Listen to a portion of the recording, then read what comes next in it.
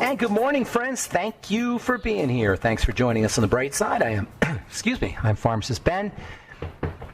Our number today and our number every day on the bright side, 844-236-6010. This is a show about you and about nutrition and about health. We love hearing from you if you have questions about health, nutrition, prescription drugs. If you want to wean yourself off your meds and get on a good nutritional supplement program, 844-236-6010 is our number. We love hearing from you. And if you just have a comment or success story you'd like to share, 844-236-6010 is our number on the bright side. If you want to purchase longevity products, the ones I take and the ones I recommend, please go to brightsideben.com, pharmacistben.com, or criticalhealthnews.com. You can order your longevity products right off the website. Make sure you take a look at our Beyond Tangy Tangerine. There's all kinds of new longevity products out, by the way, though. New digestive health supplement. In fact, there's a couple new digestive health supplements. Packets. This one, it's called the Daily Digest. Cute name. The Daily Digest is 30 packets of liver cleanse supplements and digestive health supplements that you take every day. And that's available at brightsideben.com, pharmacistben.com, and criticalhealthnews.com, along with all the other longevity products. You can also call 866-735-2470 if you want to speak to a real live person, or if you want to sign up to join the Brightside Ben team for a one-time $30 fee. You can be in business for yourself, start a home-based business that helps change the world with the power and importance of a good nutritional supplement program. Call 866-735-2470 or hit the Join the Team, the Join the Team link at brightsideben.com, pharmacistben.com, or criticalhealthnews.com. And I'd also like to remind you to check out our Truth Skin Health products at truthtreatments.com. Never any preservatives, fragrances, fillers, waxes, emulsifiers, nothing your skin doesn't need or doesn't want in any of our True Skin Health products. And make sure you take a look at our over 1,000, actually over 1,100 now, 4- and 5-star reviews at truthreviewed.com, truthreviewed.com. Okay, 844-236-6010 is our number today on the bright side. We've got Sarah Hannah Silverstein, the author of Moodtopia. Sarah's an herbalist, and Moodtopia is a book about moods and de-stressing and aromatherapy and herbal medicine, herbal remedies. Sarah is an herbalist, and I'm a big believer in herbs. We don't talk a lot about herbs on this program. I don't consider herbal medicine to be as powerful as nutritional medicine, but that doesn't mean that you can't get a lot of health benefits by understanding how you use weeds. That's what herbs are. They're weeds, the stuff that grows out of the cracks of the sidewalk and the stuff that we pull out of our gardens. All that is powerful, powerful medicine. Every time I think about it, I'm blown away by this idea of herbal medicine, by the idea that you can take care of your menopausal symptoms or build your immune system or change your mood by understanding how to leverage the power that is trapped up in the stuff that grows between the cracks in the sidewalks. It's just amazing to me. I had a girlfriend who was an herbalist, and we would take walks, and she would point to these things that they didn't look like anything to me, but she would say, oh, you know what? That one's great for women's menopause. That one is great for your lungs. And she'd point to these different things that were growing out of the cracks of the sidewalk. And as I started to get into it, listen to her and dive into this idea of herbal medicine, I realized that there's a lot of power here. And I ended up starting an herbal pharmacy. I actually had a nutritional pharmacy, but I added an herbal section to my nutritional pharmacy. And we would go out and we'd wildcraft herbs. We'd go out and pick various herbs, St. John's wort and echinacea and mullein and various weed/herbs. Arnica was one of my favorites. And I would just tincture them, I'd make oils out of them, oil tinctures or alcohol tinctures. And I had a whole section in my pharmacy that was just jars of the most beautiful looking tinctures and oils that were all based in and packed with the medicinal compounds that were found in herbs. And I became a big believer in herbal medicine. I'm still a big believer in herbal medicine, although I don't talk about it on this program that much. Herbal medicine is really based on the same kind of ideas that phytonutrition is based in.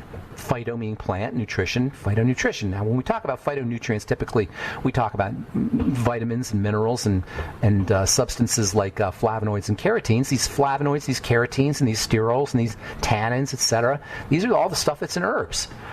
And you can get a lot of health benefits by using and understanding how to leverage the power that's trapped in these plants. Plants are living creatures. We sometimes forget that plants are just like animals and insects and bacteria because they don't move. Actually, they do move. They don't seem to move, but they actually move towards the light. That's called phototropism. Photo meaning light, tropism meaning movement. And these plants phototrope. They move towards the sun.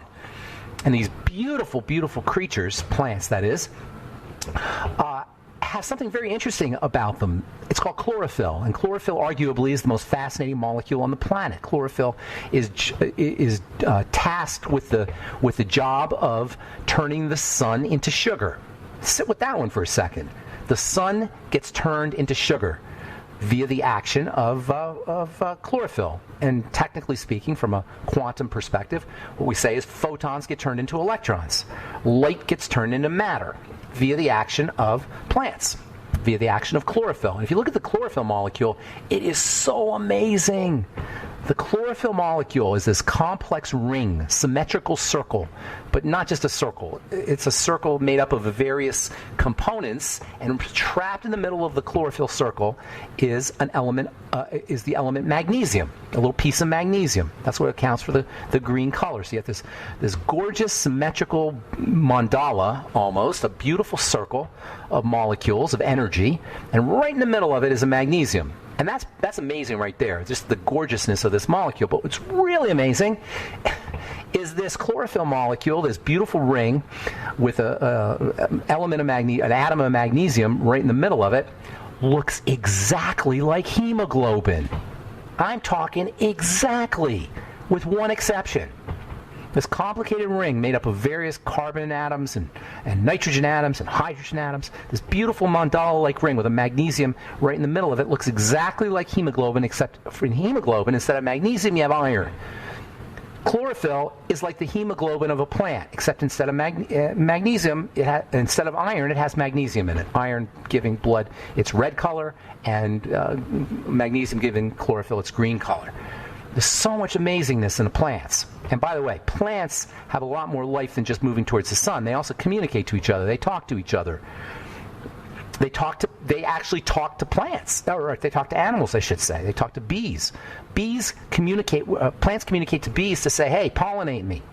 And they do it through color, i.e. light. There's so much amazingness going on right underneath our noses, and we don't even see it. Anyway, we'll talk to Sarah Hannah Silverstein about her book Moodtopia in our third segment, and get your calls here in our next segment, 844-236-6010. I am certainly not done talking about fats. And by the way, many of these phytonutrients that are so important in plants are fatty. All right. We'll come back. We'll take your phone calls, 844-236-6010. Sarah Hannah Silverstein, her book Moodtopia, in our third segment. And then if we don't have fats, I'm going to read this article from the European Journal of Clinical Nutrition to you. I'll read the highlights from it. Deficiencies in EFAs in patients with reduced fat absorption or intestinal failure. I'm Pharmacist Ben. You're listening to The Bright Side. We'll be back right after this.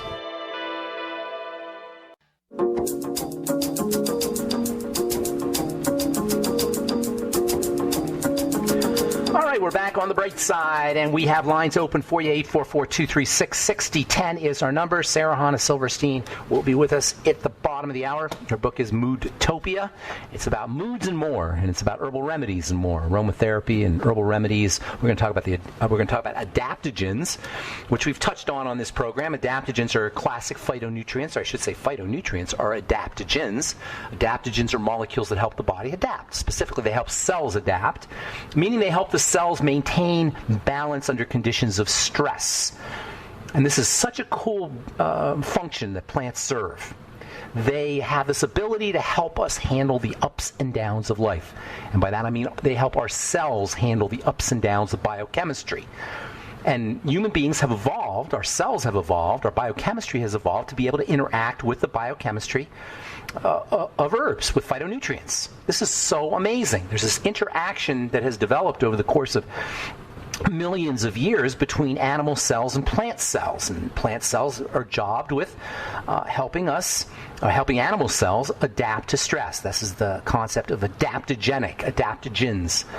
And plant molecules, by and large, what we call phytonutrients, are adaptogenic. We'll talk to Sarah Hannah Silverstein about moods and adaptogens and herbal medicine and aromatherapy and about her book Moodtopia in our third segment. If we have calls this segment, we'll get to them as well. 844-236-6010 is our number on the bright side. From the European Journal of Clinical Nutrition, deficiencies of essential fatty acids, vitamin A and vitamin E, in patients with reduced fat absorption or intestinal failure. Now, this is an article that talks about folks who have dramatic digestive health challenges, but anybody who's suffering from even subclinical malabsorption issues, subclinical small intestinal bacterial overgrowth, subclinical intestinal health issues, anyone who is dealing with these kinds of problems is going to be dealing also with essential fatty acid deficiency, functional essential fatty acid deficiency. Even if you're eating enough, even if you're taking enough of them in. Reading from the article, sufficient intake and absorption of a diet is required to meet the nutritional needs of the individual, maintaining the nutritional equilibrium, body composition, function, and health. This is where it gets interesting. This equilibrium is challenged in patients with diseases that impair the integrity of the intestine, either through inflammation, infiltration, that is bacteria, surgical resection, that's as if you had a part of your intestine removed, or ischemia, that is when they're not getting fed with nutrients, the cells of the intestine aren't getting fed nutrients correctly, causing malabsorption. Now, let me just say this real quick. When we talk about nutrients for the intestine, there's a couple that stand out in importance. One of the most important is glutamine. And if you have any intestinal health issue at all, it doesn't have to be anything full-blown. It could just be mild diarrhea, which is a sign of irritation of the intestine or inflammation surrounding intestinal cells. Get yourself on glutamine powder. Another super critical intestinal health nutrient is butyrate. And I haven't talked anywhere near enough about butyrate, and I plan on doing it because it's so fascinating, so important. Butyrate is a short-chain fatty acid. If you're interested in learning, I'm going to be talking about short-chain fatty acids here for sure, because they're so unbelievably important and underappreciated. But we spent a lot of time a few years ago talking about short-chain fatty acids. So if you just go to the search engine at brightsideben.com and Google butyrate, or propionate, which is another, the three main short-chain fatty acids, acetate, butyrate, propionate. You can just Google any of those and or put those in the search engine, and you'll get the shows where we talked about those. Butyrate, I first learned about butyrate when I was doing my weightlifting and bodybuilding thing back in the 1980s, because we used to take a supplement called HMB. HMB is a form of butyrate. You may have heard of something called GHB, by the way. GHB had a reputation for being a date rape drug, but really it was a bodybuilding drug. Again, the B for butyrate. HMB stands for the hydroxymethylbutyrate, and GHB is gamma hydroxybutyrate. They're all butyrates. Butirates are not only critical for intestinal health, get this, butyrates are also important for brain health. The same molecule that nourishes and feeds and energizes intestinal cells is critical for the health of the brain. And not just for the health of the brain, but also for mood.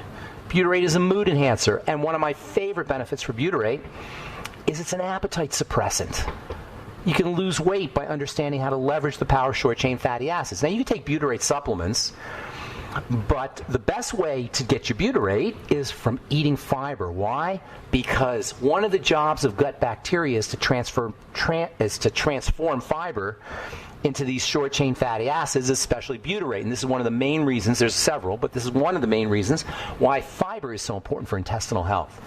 Bacteria in the microbiome can chew on that fiber and release butyrate. That is so important, folks. So between the actions of the bacteria, and by the way, of course, that means you got to have the right bacteria, which is why good probiotic supplement is important, and also why fermented foods, especially fermented veggies, because fermented veggies have the fiber in them, and so you get all in one. When you do fermented veggie, you get the fiber, and you get the bacteria, and it's all set up at the right pH for the bacteria to be able to digest the fiber and release the butyrate. That's why I like fermented veggies so much. When we talk about fermented food, a lot of times people think about yogurt and kefir.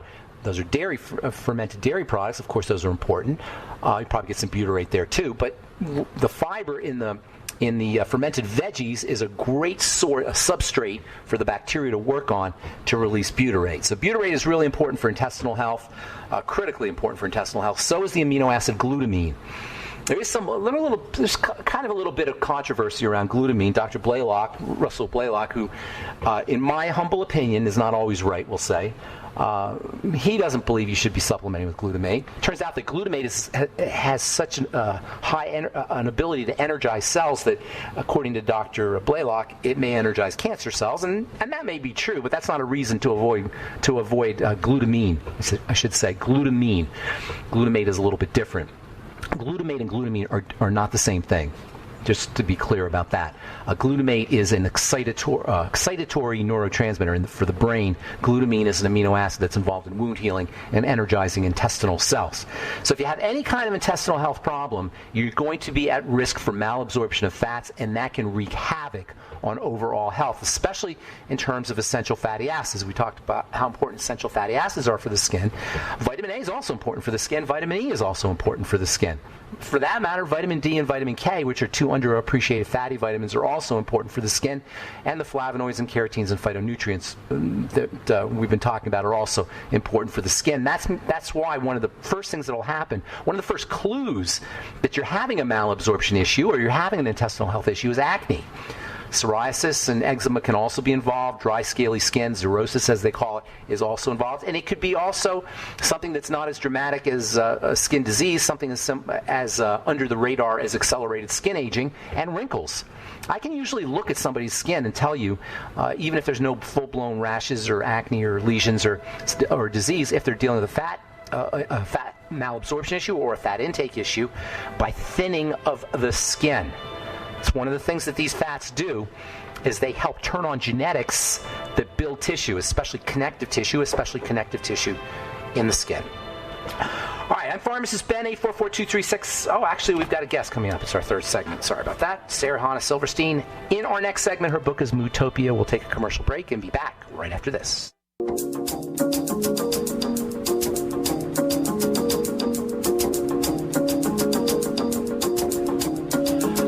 We are back on the bright side. I'm Pharmacist Ben, and we're on the air Monday through Friday, 8 to 9 Pacific and 10 to 11 Central Time, and 24/7 on our archive page at benfuchsarchives.com.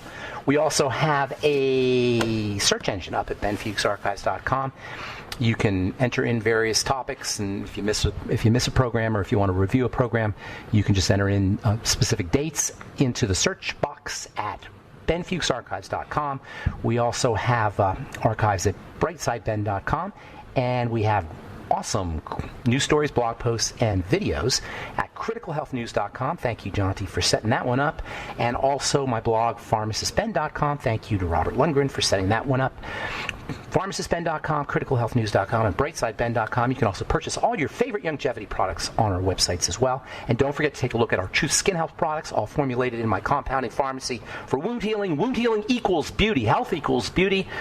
And there are never any preservatives, fragrances, fillers, waxes, emulsifiers, water, silicone, vegetable oil, nothing your skin doesn't need or doesn't want. 100% active and functional ingredients in our True Skin Health products. And even before you go to truthtreatments.com to check out all the products, go to truthreview.com and take a look at our 1,100 plus 4- and 5-star reviews. Truthreview.com, and all our products are up at truthtreatments.com. Okay, I am excited to talk to our guest. I don't see our guest here though. Do we have our guest? Okay, we're still trying to find our guest. Our guest is going to be Sarah Silverstein. Her book is Mootopia. I'm not sure where she is. She was supposed to be on. And we're going to talk herbal medicine, which I am a big believer in. I don't consider it as fundamental as nutritional supplementation, though, and that's why I don't talk about it as much as I talk about nutritional supplementation. But that's not to say that you can't get incredible benefits from understanding how to utilize herbs and herbal medicine. And so Sarah Hannah Silverstein is an expert in herbal medicine. We'll talk to her. Hopefully we'll get her. If we don't have her, we'll just continue on talking about deficiencies in essential fatty acids and fatty nutrients as a marker of poor health, specifically as a marker of poor skin health. The skin, when people ask me a lot of times, they'll say, what's the one thing I could do for my skin? For some reason, we are the skin, because obviously, probably because people could see our skin, of course, we think much more about our skin than we do about our heart and our liver and our kidneys and our intestine. We pay way more attention to our skin than we do our internal organs, and that's because people can see our skin. But that doesn't mean that. Let me put it this way: what we want to utilize the skin for is as a window to what's happening inside the body. If you're deficient in essential fatty acids, if you're deficient in fatty vitamins, and it's showing up on your skin, guess what, folks? It's showing up in your intestine too. It's showing up in your lungs. It's showing up in your heart. It's showing up in your spleen. It's showing up in your liver. It's showing up everywhere in the body, but you see it on the skin. And the real purpose, or if we want to leverage the power of the skin, we can use it as a window to peer inside what's going inside the body. And if we speak skin, we don't need to go to a doctor to understand what's happening inside our body. And after 35 years of listening to the skin and watching the skin, I can tell you personally that I can tell a lot about the health and the vigor and the vitality of the inside of the body, especially the digestive system, by looking at the skin. Got Sarah on the line here, but let me just say this one last thing. There is no such thing. There is no such thing as a skin health problem that does not involve a digestive issue and a malnourishment issue or a malabsorption issue. That means that if you correct the digestive system, you correct malabsorption and malnourishment by supplementing and eating correctly, there's no reason why you shouldn't have perfectly beautiful skin, even if you're dealing with the worst case of psoriasis or acne or eczema now. Simply by adjusting the way you eat, correcting digestive health issues, and getting on a good nutritional supplement program, there is no skin health issue that will not resolve, and not resolve quickly. Quickly, that's the cool thing about the skin, is you notice changes quickly, sometimes in as little as 24 hours. All right. I am looking forward to speaking to our guest, Sarah Silverstein. Sarah Hannah Silverstein is the author of Mootopia, Tame Your Moods, De-Stress, and Find Balance Using Herbal Remedies and Aromatherapy. We're going to talk, first thing I want to talk about is adaptogens with Sarah Hannah Silverstein. Hey, what's going on, Sarah? Welcome to The Bright Side. Hi, Ben. Pleasure being here. Yes, they're very nice to talk to you, and it's a super lovely book, I have to say. Very easy to read, and I'm glad you went out and did this. The book is available on Amazon, by the way, for everybody. Mootopia, it's called. Let's jump right in, Sarah. We've been talking about adaptogens on this program now for the last month or so. I consider all phytonutrients to have an adaptogenic property. Tell us what you know about First, tell us what they are from an herbalist perspective, and what exactly, how we can take advantage of them. Great. So adaptogens are herbs that helped us adapt to stress. So I don't know about you, Ben, but I'm in New York City right now, and people are stressed out all the time. And then I vacation in Los Angeles, and people are pretty stressed out there. So what happens is when our adrenals start pumping too much, we get into our fight or flight. What happens is we become moody, our immune system drops, and it's harder for us to cope on a day-to-day basis in this kind of calm, pleasant, positive state of mind that we want to be in. So adaptogens are herbs that help the body cope with stress. For instance, if we have an herb like yerba santa, which is not an adaptogen, that helps with mucus secretions in our nose. If we have a sore throat and we use an herb called elderflower or elderberry, it'll help soothe the throat. But when we use an adaptogen, it goes to where the body needs. It's a non-specific herb. Like if you have a bladder infection, we're going to use an herb like dandelion leaf.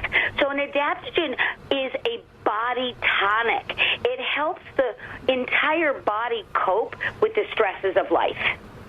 That's awesome. Now, when I'm a chemist, you're an herbalist, and so I think of chemical or molecules as adaptogens. You're thinking of it as an herbalist. You say they're herbs that have adaptogenic properties. I imagine that's what you mean. Give us some examples. So we have an adaptogen herb like rhodiola. And rhodiola is an herb that helps with sadness and gloominess, and it also gives us a little zest or a little boost. It's got the herbal action of it is that it increases energy when you're feeling kind of low or grumpy. And I wanted to say one thing about herbs to begin so people start to understand. So as an herbalist, we are using either the roots or the seeds bark of the trees or the leaves or all the flowers. And what's amazing about herbs is that each component of the plant has a different action in our bodies. And another important thing, I mean, that's amazing. Like, you can take dandelion. The root will help with our kidneys. I know I'm jumping off of adaptogens, but I want everybody to understand that the root has a different action than the leaves. So the leaves will help with inflammation, swelling. The root will help with kidney stones or gallstones. The flowers actually, in an oil, can help take away skin tags. We were talking about skin before. Or you can use it as a deep tissue massage. This is dandelion you're talking about. You're talking about dandelion. Yeah, I jumped off of adaptogens because I want everybody to understand that plants work like food. Our brain reads plants and herbs as food and takes what it needs and dispels what it doesn't. So when we have a plant, the plant will has so many different actions. And going back to adaptogens... Hang on, we got to take a commercial. Hang on to that thought, okay? So we'll continue with adaptogens. We're talking about Sarah Hannah Silverstein, her book, really cool book called Mutopia, available on Amazon. We got more with Sarah Hannah Silverstein on The Bright Side right after this.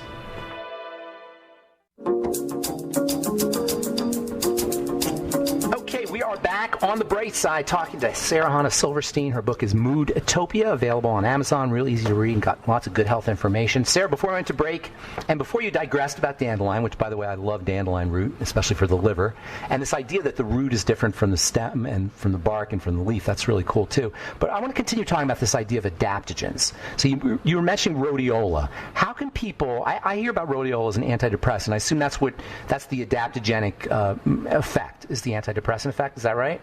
Yes, it can also give you energy. So, when people are down, sometimes people, get in their bed and it's really hard to get out of bed, or they sit on their couch and they can't take that next move when they're feeling a little low or depressed. And rhodiola is an adaptogen that will help the whole body get that energy to be able to get off that couch and do and explore the world the way people want to. Okay, so let me talk about herbs from a practical standpoint, and also specifically rhodiola. Say I'm depressed. I want to take advantage of rhodiola. There's a lot of different ways I could get it. Are there better ways to put rhodiola into your body than others? Do capsules work better than tinctures? Should I tincture it myself? Should I make my own capsules? Should I buy the powder on the internet and do it myself? What's the best way to take advantage of the adaptogenic effects to say I want to use rhodiola? So as an herbalist, I prefer herbs in tincture form because when you pull a plant out of the ground, it starts to die and disintegrate very, very quickly.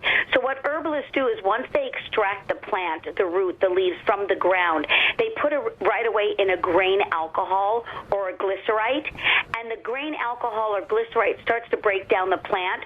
So the alcohol or glycerite actually has the components of the plant. And also our bodies tend to metabolize things easier in liquid form. So I'm a tincture gal. I find it to be most effective. Some plants can be effective in powders or capsules. Those are the herbs that are also food herbs like burdock root. But when we're talking about adaptogens, we really want to get the top effect. I like tincture or liquid form the best. I always wonder when you buy herbal capsules, how do you actually know how much is in the capsule, what part of the plant was used, what the soil was like, how old the plant was? Well, there's all these questions that I would have that there's no way to get answers to when you buy herbal capsules. What's your take on that? Right, 100%. And it's very important. I'm not representing any brands here, but there are certain brands that are better quality than others, of course. And it's very important if you're going to call a company to make sure that there's a master herbalist checking the product that comes in that's being made into that formulation. So when you're getting capsules, one of the biggest problems we have with turmeric, and we know turmeric is a fabulous supplement. Love it. A lot of times they actually mix the turmeric with rice flour because the rice flour will pick up that gorgeous yellow color. So it's very hard to find a non-adulterated turmeric in this day and age, except for the companies that you represent, of course. But generally it's hard. So that's why I like tinctures, because you're taking the whole plant or part of the plant and putting it in liquid. So I feel more secure, and my clients get better results with tinctures than capsules. So gluten, somebody had a gluten problem and they took turmeric with rice flour, that could be an issue. They wouldn't even know what was causing the problem. It absolutely could be a problem, yes. Wow, that's fascinating. Yeah, I'm a big.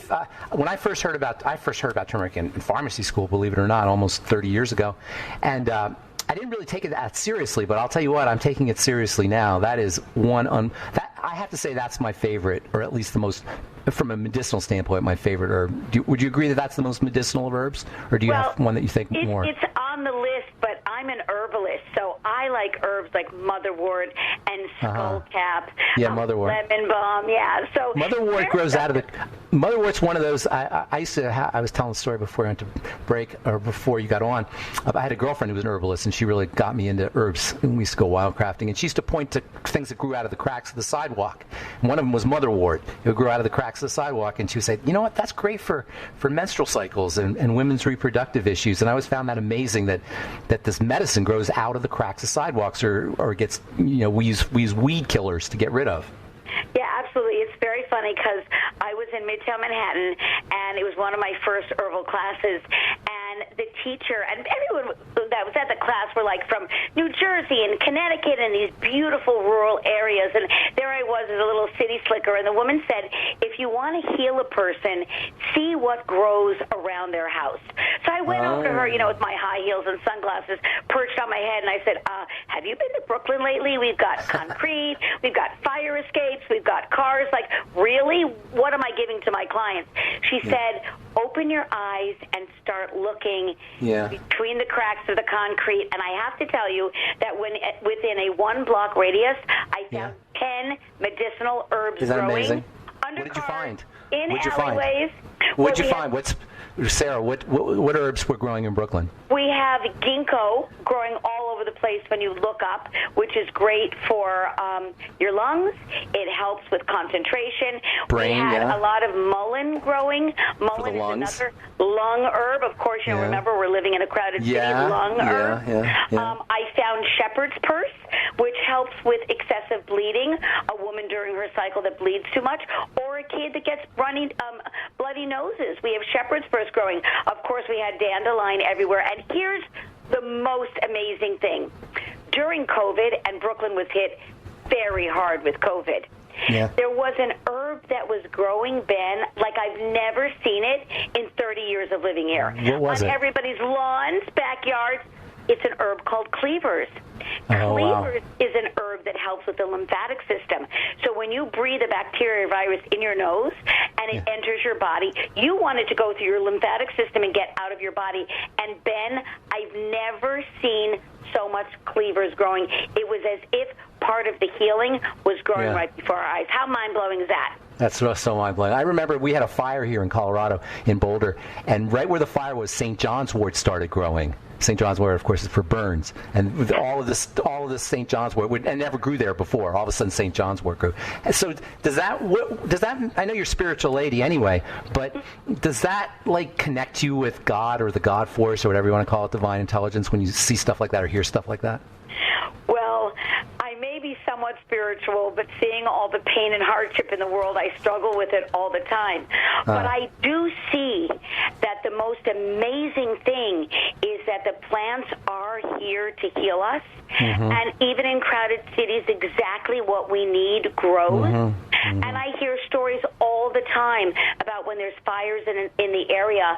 For instance, an herb called wild lettuce, which is cooling and soothing and relaxing, will grow in that area. So that's very common. And what's even more amazing, there was a drought in a certain area, and the plants started producing more estrogen so that the wild animals would not become impregnated. That's great. Because there was not enough food for them. And I mean, when you hear that, you're like, wow, this planet is amazing. The intelligence of plants, the idea that they make birth control for animals, I always found that to be kind of an amazing way of protecting themselves. The intelligence that's built into plants. And we take it for granted. We see them, it doesn't look like there's anything happening, but they're really intelligent beings. Plants are amazing entities. Yes, go ahead. There's researchers that, and I'm not an expert in this area, I would like to become one, in plant intelligence. But one thing about plants is when NASA was putting spaceships in the sky, they wanted to figure out how can we clean these little capsules. I mean, you burp, you expel a little gas, you go to the bathroom. I mean, you can't just open a window. And they found that putting plants in their capsules was the best way to clean the air. Now, we know when they're going up in the sky, they can't bring plants with them. But the amazing ability of plants to clean the environment and keep himself safe and healthy is just unbelievable. Have you ever heard of this book, The Secret Life of Plants by Cleve Baxter? Do you know the story of Cleve? He was a lie detector guy, and he put electrodes on plants and then left the room and thought bad thoughts, and the plants would register negative energy, or they would register his negative thoughts, or he would think loving thoughts. And he actually communicated. He saw the plants, he recorded and detected plants hearing him thinking or responding to his thoughts. Secret Life of Plants by Cleve Baxter. Yeah, we underappreciate plants ultimately to our detriment because they're so unbelievably powerful. So what made you want to write the book real quick? We only have about 30 seconds here. So I have so many clients that would come to me for physical ailments like chronic sinus infections, chronic bronchitis, chronic UTIs, urinary tract infections.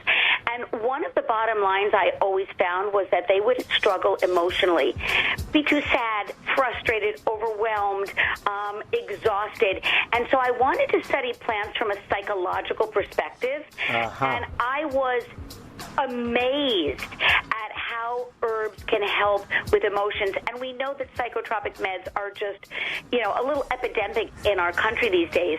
And herbs, I'm not going to say that you can take away the medicines that you're taking, but especially those people that are borderline, like, should I go on a psychotropic drug? You know what I mean? I'm kind of like sad and lonely. Herbs. Try some rhodiola. Try some rhodiola. Or motherwort or skullcap. So herbs are there to help lemon balm. Emotionally. Sarah, we got to go. We only got 10 seconds here, but I'm going to have you back on. Stay on the line, will you, Sarah? I want to talk to you when we get off. Thank you, Ben. All right, that was Sarah. Thank you. Sarah Hannah Silverstein. Her book is Moodtopia. Moodtopia. You get it on Amazon. Thanks for listening to The Bright Side. We'll talk to you all later, folks. Bye for now.